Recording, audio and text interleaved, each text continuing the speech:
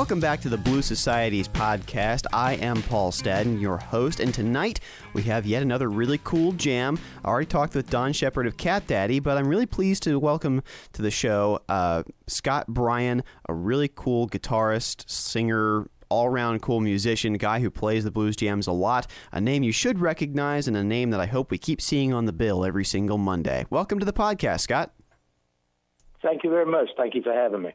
Well, let's start with your influences, Scott. Who got you into music in the first place? And that could be anywhere from, oh, I love Stevie Ray Vaughan, to, oh, thanks to my mom for buying me a guitar. Kind of all of the above. I took guitar lessons when I was about in the sixth grade, and I really got interested in it when I went into the Navy. Okay.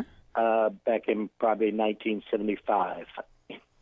Well, what about the Navy got you? Did they let you drag your guitar across the world?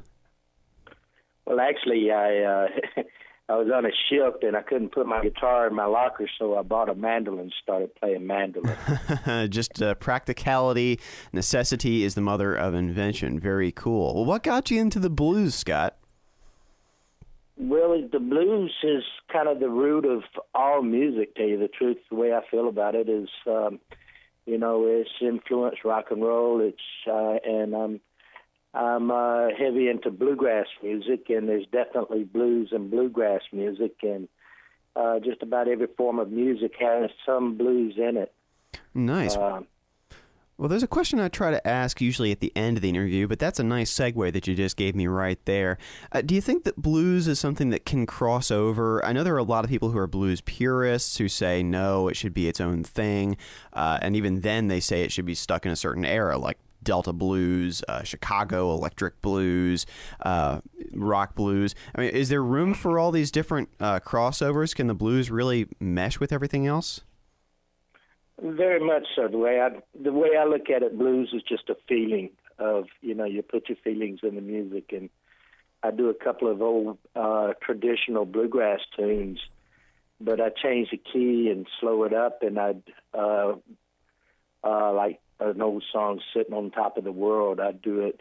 Nice. It's usually done traditionally, a fast banjo-paced style. But I switch it up and do it in a different key and slow it down, and I do it in a blues fashion. And once again, blues is I feel like you can do just about any style of music with a blues feeling, and then you can call it a blues song. Well, do you do any originals, Scott?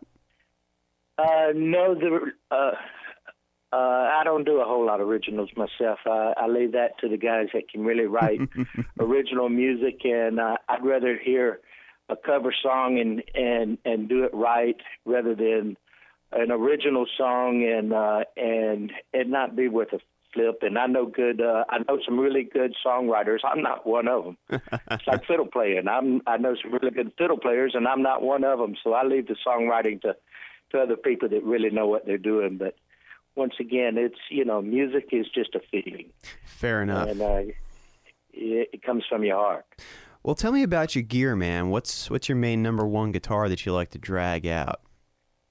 Well, I play a Santa Cruz Tony Rice model, which was made back in probably the late 80s. It's Tony Rice. Actually, this guitar was patterned after a guitar that came from Clarence White, who Nice. played with the Byrds back in the 60s and 70s, and it's got Brazilian rosewood made out of Brazilian rosewood, and it's got a larger sound hole, which is who knows why, but that's what I play. I play a Tony Rice Santa Cruz guitar, and I also play a Collins MF5 mandolin. Too cool, man. Too cool. I'm a gear nut, so I like talking gear whenever I get guys on. And that kind of segues into the next question I have for you, which is, I always see you up there with an acoustic guitar solo. I mean, do you like playing with bands? Is it something where you just prefer being by yourself? I prefer playing an acoustic guitar because I like what they call the timbre of a steel string and a piece of wood. That's where it all started out. And before there was B.B. King with his electric guitar and the legend that he has left, there was Robert Johnson, which went down to the crossroads with a piece of wood and steel strings called an acoustic guitar, and set the standards for the blues. Nice. He sold his soul to the devil and played the blues. Right. Yeah, no. Do you ever use slide, man? I mean, I was just thinking, I had some Robert Johnson songs run through my head since you said that. I don't in myself, but a lot of blues players do use the slide guitar, and there's a lot of slide mandolin really? in the blues. There's some of the back in the 50s and 60s and even the 30s. There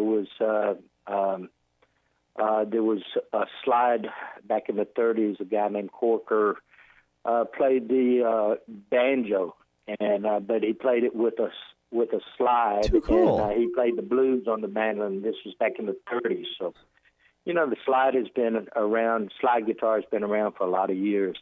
I'm just not toned into that particular style myself, but right. Slide guitar and mandolin has been a big part of the blues music. Well, too cool, Scott. I really appreciate you taking the time with me. Tonight, you can see Scott playing at the Blues Jams at Lily Marlene's at Seville Quarter. He's going to be playing at 7 o'clock. Cat Daddy is at 8 o'clock. Scott, we look forward to hearing you play, man. Thank you very much, and thank everyone for supporting live music in Northwest Florida Blues Society. And give thanks to Mike Downs, who has been a big influence in all of his efforts to promote blues music here in Pensacola, Florida. And you can catch the best local blues acts every Monday night at Lily Marlene's on Seville Quarter with the Blues Society of Northwest Florida. My thanks to Mike Bounds, president of the Blues Society, and our many great sponsors, Michael Johnson State Farm, Budweiser Beer, Louis Bear, Seville Quarter, Paradise Bar and Grill, The Music Box and Gulf Breeze, Revolver Records, Blues Angel Music, ARC Music, and Five Sisters Blues Cafe. But as always, the organization still needs your support, so please drop some bucks in the snare drum at the front. It helps us send acts to the International Blues Challenge in Memphis. That's all for me this week. Come back next week for more music and interviews. I'm your host, Paul Stadden, reminding you to keep the blues alive, Pensacola.